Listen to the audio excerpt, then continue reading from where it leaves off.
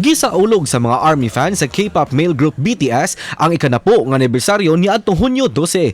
Usa sa mga mensahe pasalamat sa BTS member nga si Jungkook nakadapit sa atensyon sa mga ARMY fans tibuok kalibutan. Sa mensahe, nagbaliglantaw siya sa iyang kasinatian sukad nagsugod ang BTS.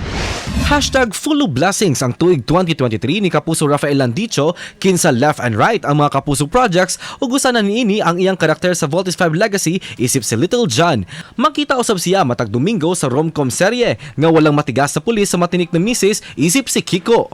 Og sa umaabot nga bagong Kapuso project ni Marian Rivera nga Against All Odds ato usab siyang makita. Kapuso Primetime King Dingdong Dantes mao opisyal nga host sa labing bag-og dakong talent search sa tibuok kalibutan ang The Voice Generations. Excited na siya nga mahimamat og maila-ila ang mga contender alang sa The Voice Generations.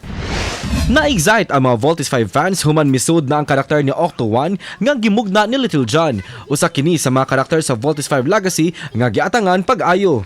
Sa post ni Rafael Landicho, mapasalmaton siya nakauban o nakatrabaho ang nagpaluyo sa tingog ni Octo One o walay lain pa ang Kapuso comedy genius nga si Michael V.